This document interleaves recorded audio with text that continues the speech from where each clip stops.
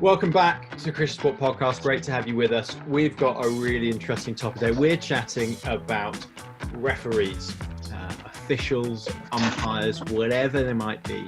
Nearly every single sport, particularly team sports, but nearly every sport will have them. Nearly in every game I've been a part of, at least, there are massive talking points. Professional football at the moment, VAR, we can't seem to stop talking about it. In my very amateur hockey games, we're often bemoaning decisions that didn't go away, how umpires affected the game. So it's a huge topic. It's ones you'll have as well, of how do we deal with referees, how do we deal with rules as well, the rules of the game, the rules of sport. So I've got two people with me. I've got Pete Browne, former professional rugby player with me. I've got Graham Daniels, General Director of Christian Sport, dabbled in football at many levels when he was younger. Still dabbles now. Dabbling's a bit of an insult, Danno, sorry. Long-time footballer, former professional footballer. Cheers! Former professional footballer. There we Have go. you been talking to my managers? Hey, really, my nickname was the Judge, and everybody in sports know why that would be, right? Always on the bench, but there's no need for you to offend me. We'll come to you first then, Danno. We'll keep you sweet. Referees, football. Tell us. I want one from each of you. I want your best story, your best experience, and then I want maybe a time when you were not quite the best. Oh, all right. Well, I can give you mine quite easily, really. I'm going to switch the order, though. I spoke at a Christian Sport conference years ago, a student conference, so a room full of people, and it was a Q&A, and it was about keeping the rules, this podcast, really. And I just took this innocuous question, felt like it from the floor. Somebody said, well, if you were last man, defender, 2 minutes to go, 0-0, guys through, would you pull him down, get sent off? Now, I had done that. It only happened to me once because I never played at the back, but Cardiff City in a youth game, I did it. I was sent off. And I just told the story and said, yeah, I would do that. I said, I wasn't a Christian at the time. Somebody said, would you do it now? I said, yeah, I would, yeah. And I just didn't bat an eyelid. I said, all the players would expect me to. The ref would expect me to. They would expect me to. I would take the punishment, obviously, but it would be part of the game. Oh, my word, I nearly got the sack. I nearly got the sack. I was hauled before the powers that be and everything. So, like all the student leaders went for me, took me privately into a room, needed a referee in there. Went for me. So I'm not going to give you a good story yet, really. I'm just telling you this is a contentious subject, and yeah. I think there are levels and nuances of different sports and different etiquettes within the rules, which causes all kinds of discussion here. So yeah, that's my bad story. Helpful, Pete. Rugby. Listen, rugby obviously is slightly. I've always respected rugby in the way they treat referees. Yeah, so you should. What's your experience? Yeah, I think I definitely would say that there is a respect there for referees. I think there's a knowledge that the referee does have the power to sway a game. I think that's very true. And there's also, so we would talk a lot within rugby about painting the right pitches for the referee. There's so many rules in rugby. I think there's probably been new ones made up since I retired a year ago, which I don't even know about. And we'd have meetings about new laws on mauling, on all these different things, and what the pitches were the refs wanted to see, so that we could then take advantage and win penalties and get momentum into the game. So yeah, that idea of painting good pitches. In terms of my good story, it's sort, again, now I'm going to go slightly away. I've got a posh English accent, and I moved to Ulster, and I talk to the ref like I call them sir. Like that's the level of respect that we have in rugby. So I say sir all the time. And we were in a mauling session, just a session one day with all the forwards, and I get the ball, and I'm standing up outside the maul because I've caught the ball, and then everyone forms the maul around me. It's just a big hug, basically, and we're pushing against the other guys, and there's no ref there. There's only our coach at the time, our forwards coach, and one of the guys clearly comes into the side, and I just shout at the top of my voice, "Sir, he's in the side, sir!" And Boss boy. my goodness, I never forgot about that one thing I shouted. So I then got the nickname Sir. And then I actually remember the time we were playing Bayonne in the Champions Cup. And Darren Cave, who's a centre, who wasn't even at that session, he then, I just hear in the middle of the game, I'm on the bench like Danno, same as him. And I just hear this shrill English accent, because he's got a lovely Northern Irish accent. This shrill English accent going, "Sir, he's in the side!" just in the middle of the game. And then afterwards he came up to me and said, "Do you hear that?" Great. So, yeah, there's my left field story. Well, hopefully when you've been listening into that, you've got your own stories. I'm sure you do. Anyone who plays sport, you have these stories. Danno, it's Christians in Sport podcast. Help us understand. Give us a feel of probably when you're in that room at this conference, what the context was. Where would you go biblically to talk about what does it look like for a Christian, somebody transformed by Christ, to treat officials in the right way? Well, I think the heart of the New Testament in terms of Christian ethic is in Romans chapter 12. So when you've trusted in Christ, when you have new life in Christ, Paul brilliantly in Romans 12, verse 1 onwards, gives probably the fullest explanation of the outworking of Christ in you. And of course, we haven't got time now to have it all open in front of us. And definitely don't look at it if you're in the car or something like that. But if you open Romans 12 and 13, you see that it splits really Romans 12 into three parts. The first two verses really talk about if you have God's mercy, if you know God's mercy, you offer your body as a living sacrifice, holy and pleasing to God. This is your spiritual act of worship. Christ is in me. What does my life of worship now look like? And brilliantly, what Paul does, he says the life of worship basically has two parts in everyday life. Romans 12, 3-8 talks about the gifts God has given you, the talents you've been given. So if you're going to worship God with Christ in you, you're going to take your talents, your abilities, your skills, verses 3-8, and then 9-21. Of course, you utilize your talents and skills pretty much always in relation to other people. So 9-21 is about relationships. So you come to Christ, he's got your life, he comes to live in you, and he says, now live with me in you, live a life of worship. How do I do that? Take your skills and take the relationships and the people that you implement your skills with in relationship, and let me be at the center of it. So of course, that applies to sport. God made me able to play. I've got relationships with teammates, opponents, officials. I have relationships with them.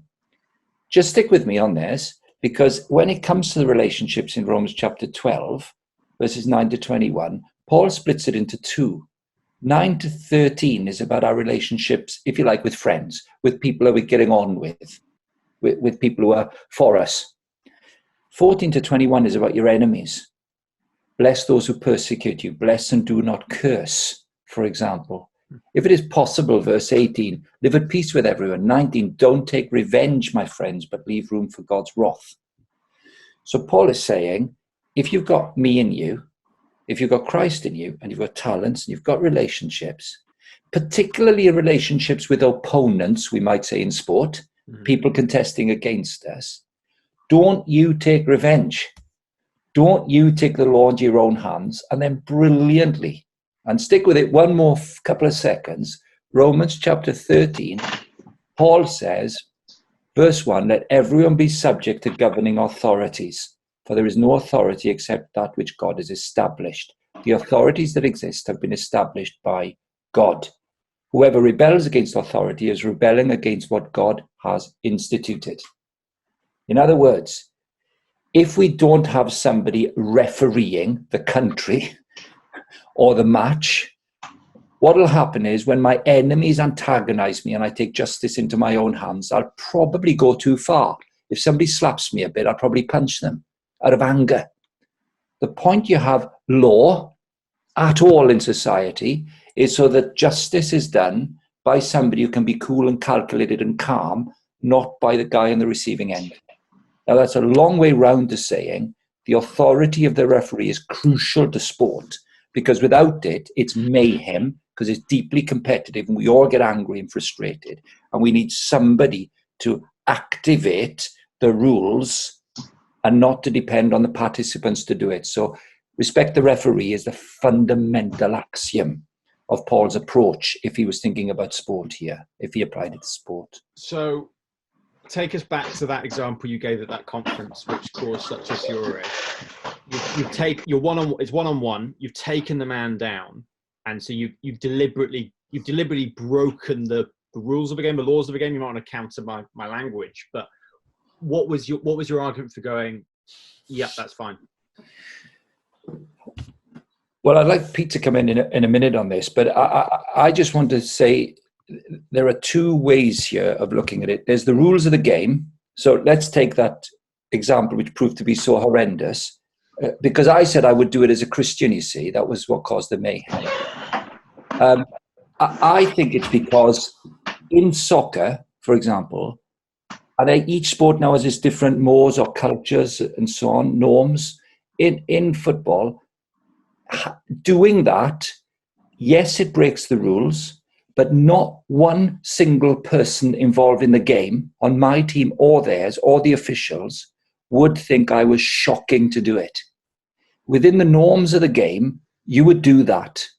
On the other hand, really, if you spat at somebody, that breaks the rules of the game, and it breaks the accepted norms by everybody playing the game, that you really can't do that. If I went over the top on a guy and tried to break his ankle, I'm totally outside the boundaries of ethics in the game. So sometimes you take the breaking of the rules, but you're not ethically offside, as it were. That's not very good in the game.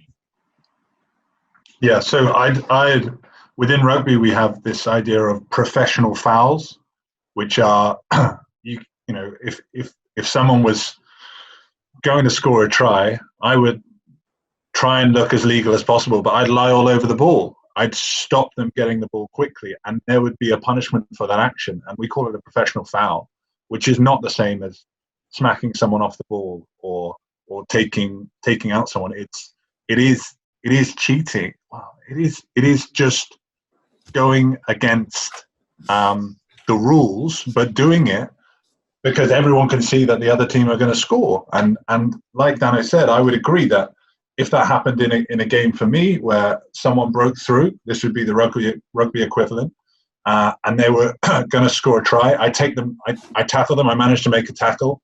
I then don't release them. I just get over the ball and I stay there to allow my teammates time to get back into a line, to form a defense. We give a penalty away. I get a yellow card, but they kick for the corner. There's no points, or they kick for the posts.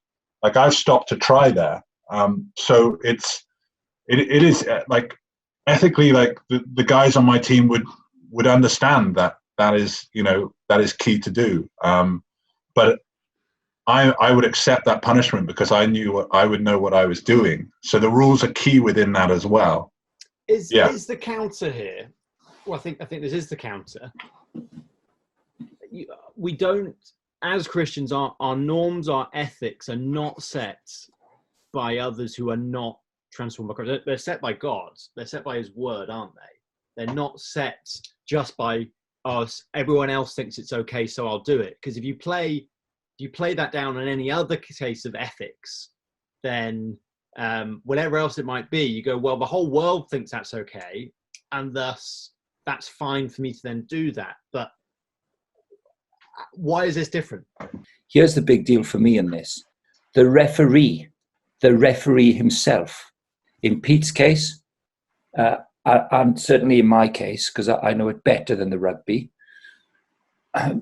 no chance that the referee thinks that you are undermining his authority at all by doing that. Not for 1 second does the guy who you respect to have authority over both teams on the pitch, not for 1 second does that guy think that you are undermining your respect for his authority by lying on the ball. That's my opinion. That's what I think there. Not for 1 second. The other thing to say is, within my example, I'm doing everything I can within that moment to try and be within the rules. So Like, and you think about Graham's example as well. He may take this guy out, but he's going for the ball. Like, you know, and in my example, I may make the tackle and then I'm trying to be legal just to steal the ball so that my team can get away, but I don't manage it. And therefore, I'm not undermining, like Graham said, I'm not undermining the authority. I'm playing to the edge of the rules, trying to be legal, but just not getting it quite right. You know. That's interesting, actually, Pete, because Reid, you better referee us here, because that's interesting. Because if a guy was through on his own and going for goal, and you slid, knowing that there's a 1% chance you'll get your toe to the ball, but there's a 99% chance that you won't, and you take him down and it's a penalty and you're off. Everybody in the game accepts that as not being disrespectful to the referee or the opposition or your teammates or anything. But if he just ran after him and smacked him, kicked him, just ankle tapped him from behind, actually that would be crossing a boundary to disgraceful. Isn't that weird? It feels a bit like I'm trying to now drive into other sports, and it feels a little bit like semantics. So I'm trying to think hockey. I play hockey. Ball's coming towards goal. I'm the last man on the line. I can't get my stick near it, so I'm just going to put my foot there. And I know that means I will probably get cards, and there'll be a penalty given against me. Right, stop right there, really. Would the opposition or would the opposition be appalled if you did that? No. Would the referee be appalled if you did it? Well, as in he would work within the rules of the game and send me off. He wouldn't be appalled. Would he be appalled? Would he be appalled? No. What about your teammates if you didn't put your foot there? If you lifted your foot. Well, but that's why an interest. I'd be trying my best effort not to have it hit my foot. Reedy, what would your teammates say if you clearly could put your foot there and you didn't do it and it was 1 minute to go? What would all your teammates say? Yeah, so they'd be livid. Let me give you the counter example. So this happened in a game. Wasn't me. There was another guy. There's another Christian on my team playing. In hockey, you have to hit the ball within the box in football, in order to score a goal. If the ball is hit from outside the D and doesn't get a touch from your team in the D, it's not a goal. So quite common, people will try and claim a goal if it's messy with sticks, or in this case, it just clipped someone's foot, clipped one of my teammates' foot, gone in the goal. And everyone goes away celebrating. It's a really tense game, massive derby, Exeter Plymouth, huge derby. Everyone goes away celebrating. And then actually the skipper, who was a Christian, he knew it had hit our team's foot. He went up to the ref in the opposition and said, no, it's not a goal. It's not a goal. It hit the foot.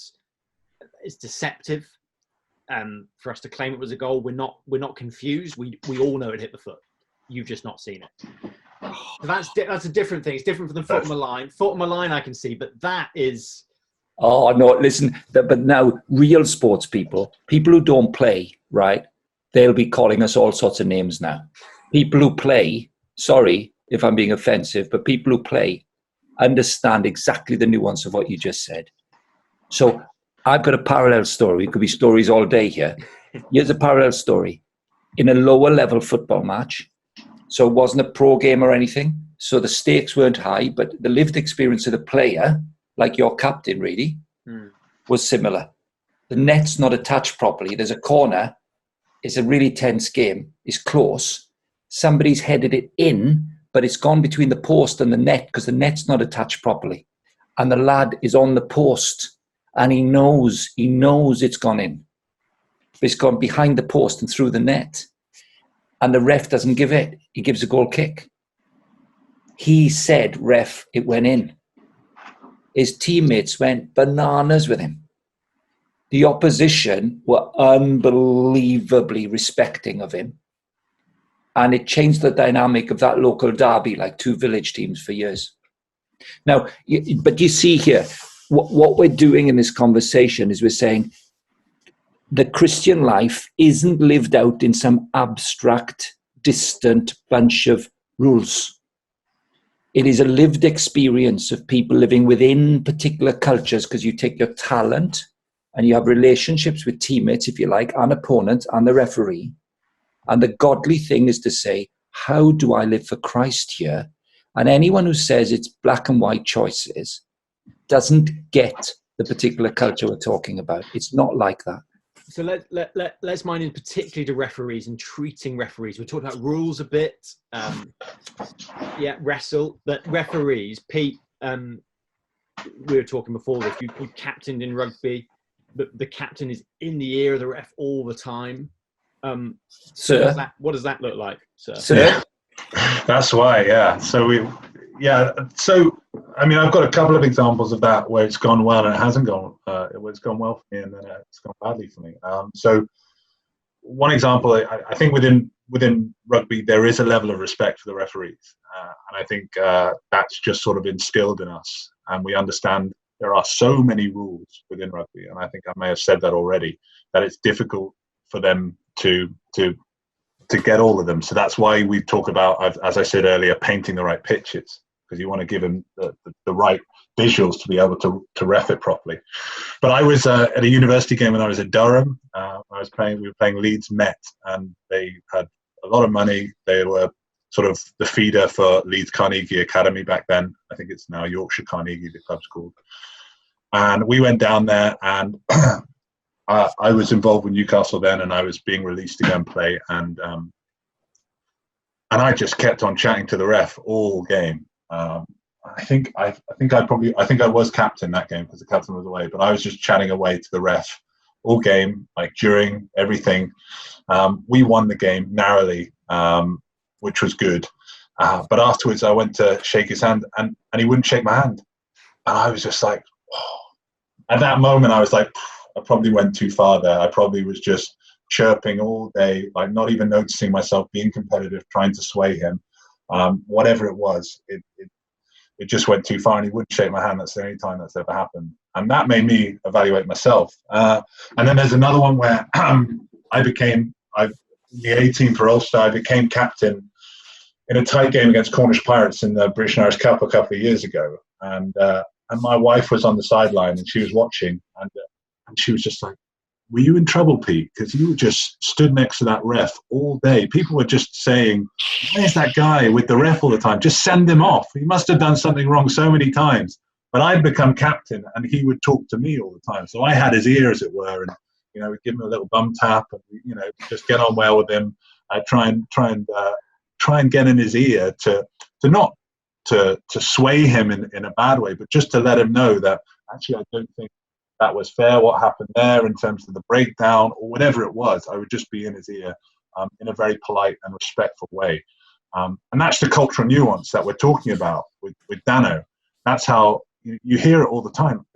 There's no hiding now. You think about the World Cup that we just had. All of the refs are mic'd up. How the captains talk to the refs are mic'd up, but they have a good conversation as captain, you couldn't not speak to the ref. Yeah. That would be completely, as in it wouldn't be even just against cultural norms. That would just be, it would be against the whole game of rugby. The captain speaks to the ref, doesn't it? So it's not like the argument would be, Christian, just let the ref get on with his job. No. Like the job of the captain to speak to it. Yeah. And then that's the difference, isn't it? So imagine now Pete getting in trouble for chirping a lot, and then the ref not shaking hands with him and being shocked at it, because it's normal to chirp at the ref. You just think, what a gap, by the way, between football and rugby here, eh? Seriously. And any other sport in the world, I should think. Hockey, really? I mean, you'd never... honestly, the worst job in the world must be the fourth official in football. One, he's never got a proper name. He's always called fourth. Oi, fourth! What are you doing? Fourth! Equal fourth! But, you see, you don't even chirp at fourth. You just give him grief all through the game. About it. Oh, blimey. I mean, we got every game you play, you never even know the man's name. Now, it's so terrible, the culture. So now we're talking about, you see, Pete's on a marginal failure where he's been too chirpy with the ref as the captain. Now, the cultural norms of soccer, since we're only talking rugby, soccer and hockey here, oh my word, they're disgraceful. And now you really would have to go back to your earlier point, really, I think in football, you really, really do have to go massively counter even cultural norms. And you must not talk to the referee. Or the fourth, you must not, as a Christian, talk like anybody else would. So these things are so subtle and they shift with culture and time. So it's not easy to pin down, and each sport will know its own. But I would say to any Christian, don't you dare abuse the referee verbally, body language, or the fourth official. Do you not dare do that in the manner that everybody else would do it. And yet you would say, fine to take a boy down with a sliding tackle with 2 minutes to go. Tricky, eh? But And in the end... it's probably worth saying, isn't it? Pete, when he's being chirpy, he's not being disrespectful. He's not being abusive, is he? That's right. There is a difference between... So I found it when I used to captain my very low-level hockey team, was I was expected to speak to the ref. And my team picked me up on it because I found that really hard to know what to do. And my previous captain, lovely guy, off the pitch. On the pitch, nice-ish guy, but he would be in the ref's ear and he would be making sure the ref knew decisions weren't going our way in the hope of swaying it. And I was just like, that's not my nature. It's not necessarily what I'm going to do. But then my team did pick me up and they said, no, part of your job as captain is to help keep the ref on side and help him make right decisions. And part of my point was there's a right way and a wrong way of doing that. And I may have been too soft, but I'm still always going to do that with a respect for the ref. Right. And I'll take you back for people who look at the program notes of this. I'll look back to it. Look closely at the last line of Romans 13, verse 7, where he talks about chapter 13, verse 1, be subject to governing authorities. The authorities have been established by God. Don't rebel against them. Verse 7, give to everyone what you owe them in authority. Taxes, because it's about government. Revenue. If respect, then respect. If honor, then honor. So the discussion we're actually now in isn't necessarily about keeping the laws of the game as written in black and white. It shifted quite a lot to the culturally accepted norms that are more subtle than the actual printed laws. And now we've shifted our gaze really to what does it look like, or you shifted our gaze really, to what does it look like to respect the authority of the referee. And all our stories are now circling different ways in different sports of respecting the official, which is the definitive calling of the Christian. Not black and white law keeping, but respect for the authority of the referee, as this instance has it. And I think it's key to say, as Johnny was called up, you're doing a disservice to your team if, as the captain, you're not in the ear of the ref in the right way. And I think that's key to say. And it's interesting because it was something we spoke about earlier was, or before this podcast, was what if you were a ref? How would you want to be talked to if you were a ref? How would it feel? And Jesus has that command to love your neighbor as yourself. And that's the link to Jesus's teaching in terms of Matthew 22, where someone says, what's the greatest commandment? And he says, love the Lord God with all your heart, soul, mind, strength, and then love your neighbor as yourself. So how would you want to be treated as a referee, and then speak to them in that way? Because if they are still human. That's the last thing to make sure. And this is something which I think, Danno, you're going to touch on in terms of, you don't have to be soft. You can be honest, but you can be respectful and truthful in the way that you talk to a ref, as a captain, as a player, after the game, before the game, whenever. Because I want to get to talk to and talk about the ref. Because I find as in, even if you're brilliant on the pitch, change room, one of the first conversations, particularly if you lost a tight one. Oh, ref was awful today. Umps were awful today. And then imagine that's what your teammates are saying about you. Treat others as you want to be treated yourselves. If as I'm so thankful I don't play professional sport, because the Twitter sphere would go wild with my laziness and my inability to shoot straight. But I can imagine if the refs are saying that about you. I think there's just a challenge there of how, as Christians, we then talk about our opponents, but also then the refs after a game of just go, wow, game's done. They did their best. They tried to referee the game fairly. It's hardly ever you get a biased ref. So Not only how we speak to them, but about them. Yeah, and I mean, that's great, isn't it? Because I bet all sports are like this. Like if you're in the shower and you're playing the back four, and there's only three of the lads in the back four in the show and you've lost. They're going, flipping forwards are useless. We had in our team talk last week. We just lost 2-1. The centre back digs us out. We gave them we'll call it the turd of the day. Because he literally at the end of it said, "Oh, forwards, if you could just score more goals, then we would have won the game." It's like, or defenders, if you could just defend better. We do it all the time, don't we? It's ridiculous. Seriously, Reedy, you need to get converted. I had a ref once. This is good on the refs, because you're both right. I had a guy called Richie Powling who's played for Arsenal way back in the 70s, but a top player, Rich. And I was his assistant manager, player coach at a team, my first management job. And I'd been a Christian quite a while by this point. He was a Christian. And he said to me, "You're too soft on referees." He said, "You know what happens? You're just too soft. You're too nice. I was trying to do it right." And he said, "You see, as Pete said, they're human. Now, what will happen is people will be in their ear all the time, the other manager. And if you're not a bit stronger, it's just human nature sometimes that they bend the other way a bit.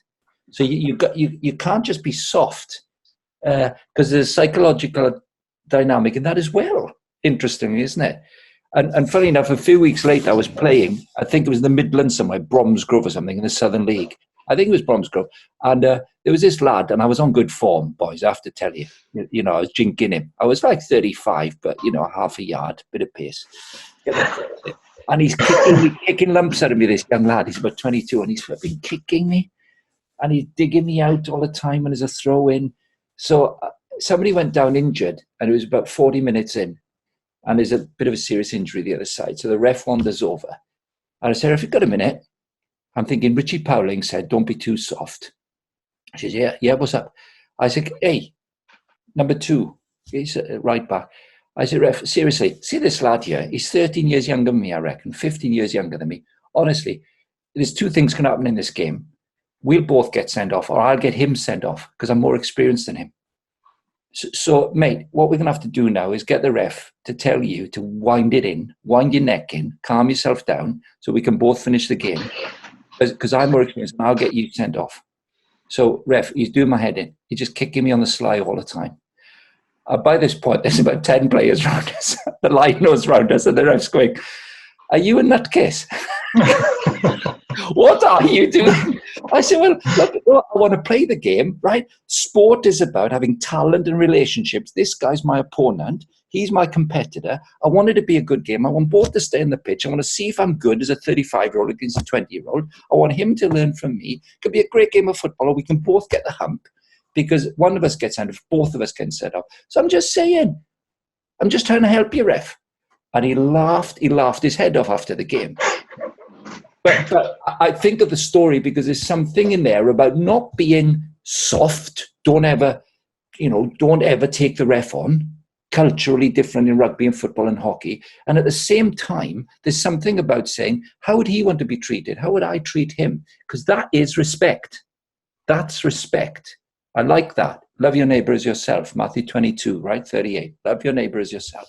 I like that. So as we land, could be listening in. He's going, "It's just so hard.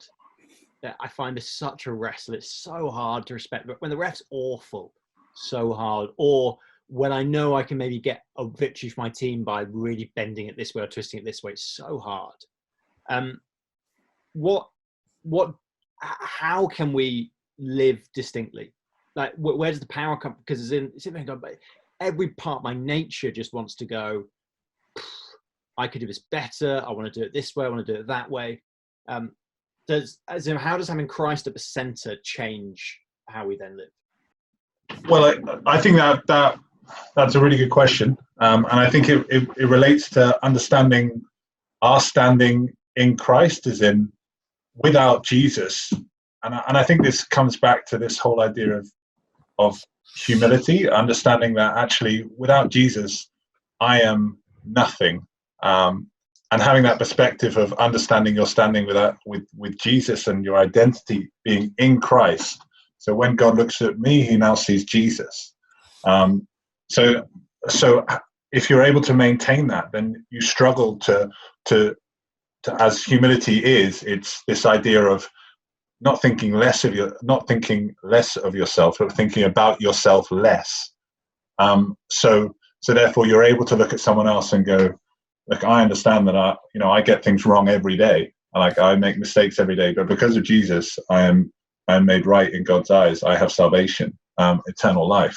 And therefore looking at a ref and understand that they're human. And I think that whole idea, like we said earlier, about loving your neighbor as yourself. So I'm called to love God with all of my heart, soul, mind, with everything I have. And the only way I can really do that is through Jesus.